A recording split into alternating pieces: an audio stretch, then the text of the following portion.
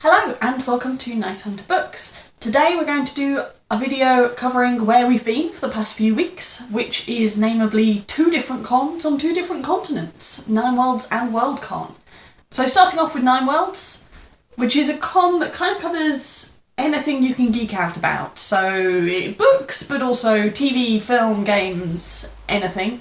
Show the kind of range of stuff. We went to a panel on Eurovision, Black Panther and Afrofuturism, and one on education at Hogwarts, which was moderated by YouTube's very own Claire Rousseau, and also spent one afternoon playing an RPG called Paranoia.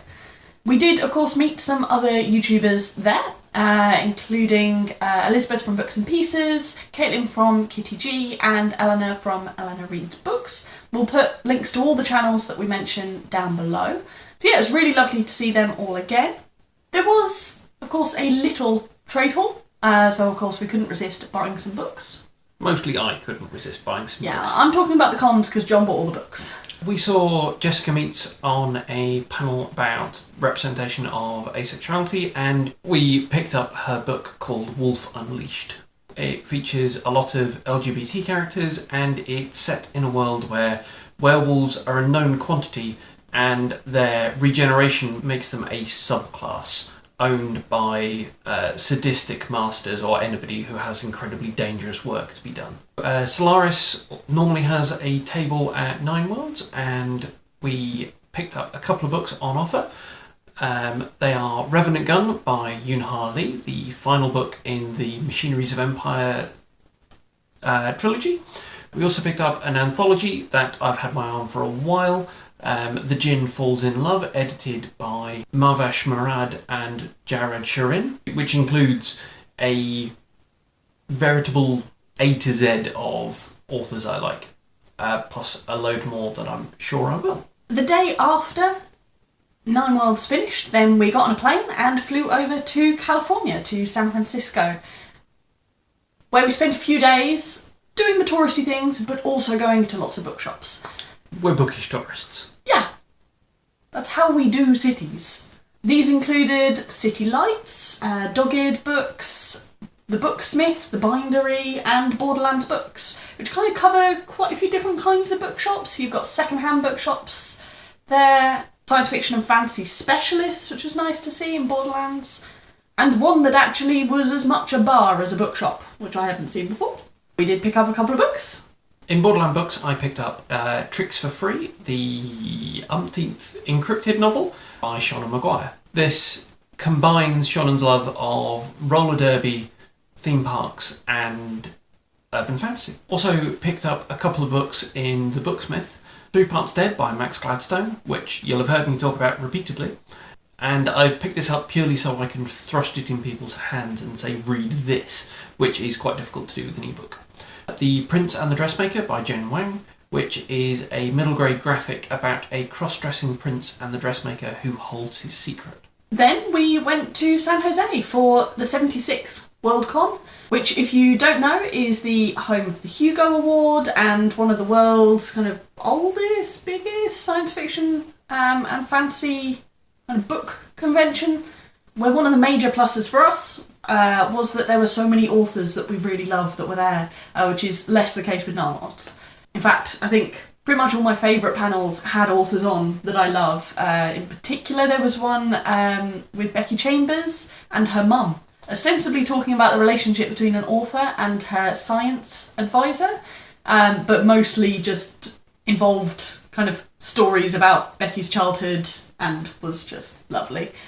We also saw Lee Harris moderate his panel/game Ready Steady Flash, where the panellists have to write a piece of flash fiction in 5 minutes based on a prompt they've just received.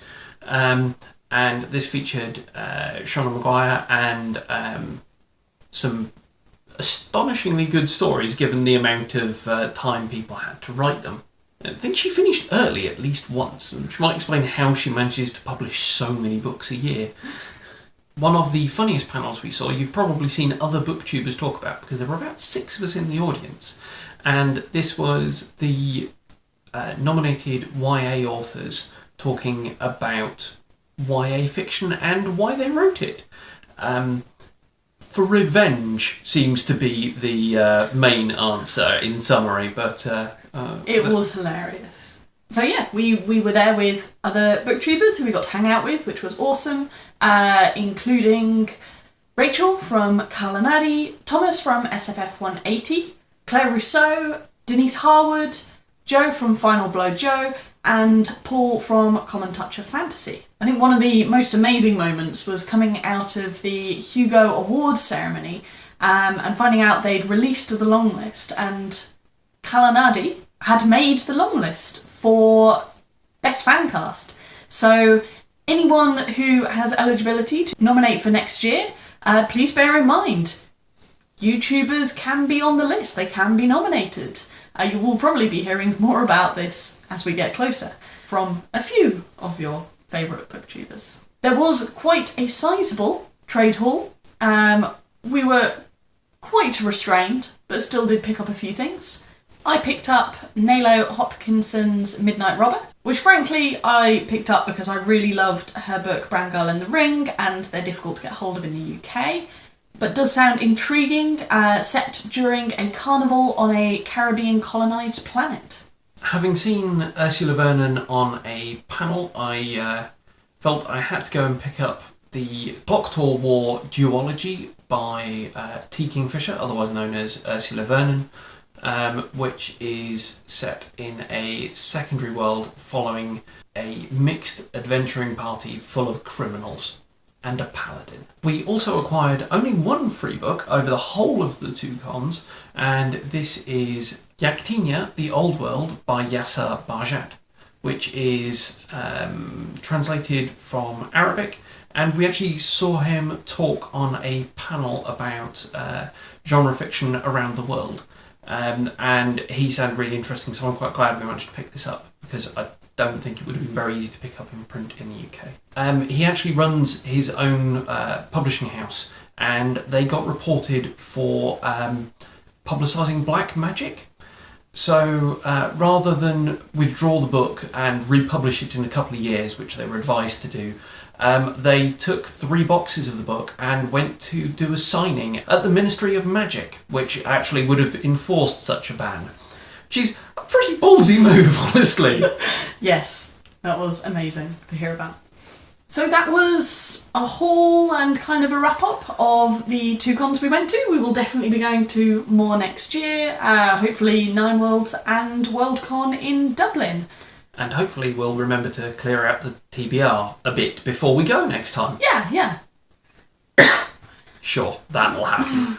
Let us know if you guys have read any of these books, or if you have any UK cons to recommend, or if you went to either of those cons. Thank you for watching. We'll see you again soon.